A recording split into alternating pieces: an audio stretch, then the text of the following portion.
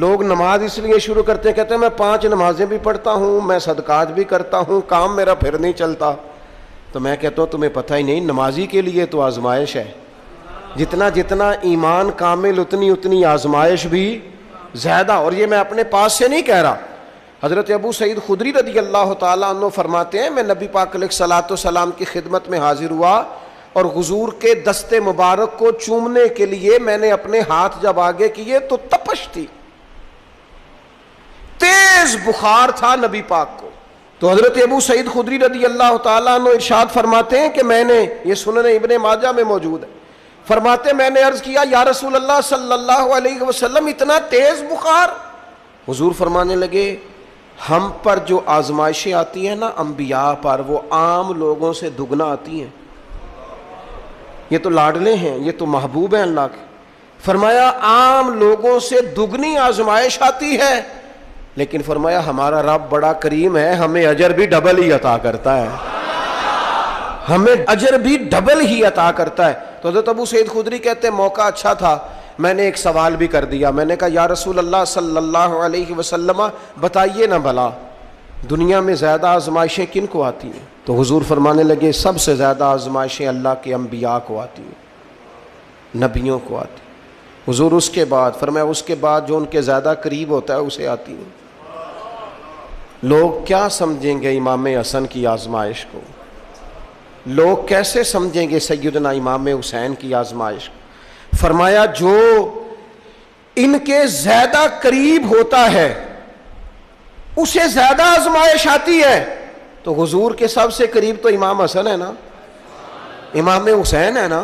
تو کیا سمجھتا ہے قربت بس نسبت کے اظہار کا نام ہے اور بڑے لطف کے ساتھ زندگی گزارنے کا نام ہے؟ تو نبی پاک علیہ الصلوۃ والسلام نے فرمایا بات بڑی مزے کی ہے. فرمایا پھر اللہ کے بعض بندے تو ایسے ہوتے ہیں جنہیں اللہ فقر میں مبتلا کر دیتا ہے. فرمایا ان کے پاس صرف ایک چادر رہ جاتی ہے، اتنا فقر ان کے پاس آتا ہے. لیکن جو حدیث کے آخری لفظ ہے نا وہ وجد والے ہیں، وہ وجد والے ہیں، وہ سرور والے ہیں.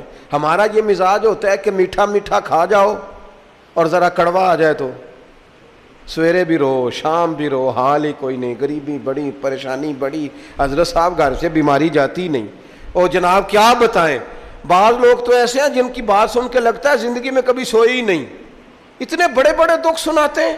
او خدا کی رحمت کا بھی تو ذکر کرنا، خدا نے جو تیرے اوپر انعامات کیے ان کا بھی تو ذکر کرنا، ان کا تذکرہ ہی نہیں کر رہا میرا بھائی. نبی پاک علیہ السلام نے فرمایا ان لوگوں پر دکھ آتے ہیں پر قربان ہونے کو جی چاہتا ہے ان لفظوں پر. حضور فرمانے لگے وہ رب کی طرف سے آنے والے دکھ پر بھی اس طرح راضی ہوتے ہیں جس طرح تم میں سے کوئی راحت ملنے پر راضی ہوتا ہے. سکون والی چیز ملنے پر جس طرح تم راضی ہوتے ہو اس طرح وہ دکھوں پر بھی راضی ہوتے ہیں. دکھ قبول محمد بخشا، دکھ قبول محمد بخشا. پر ایک شرط لگائی چھوٹی سی میاں صاحب نے، انہوں نے کہا 100 دفعہ قبول ہے، دکھ 100 دفعہ قبول. دکھ قبول محمد بخشا پر راضی رہن پیارے.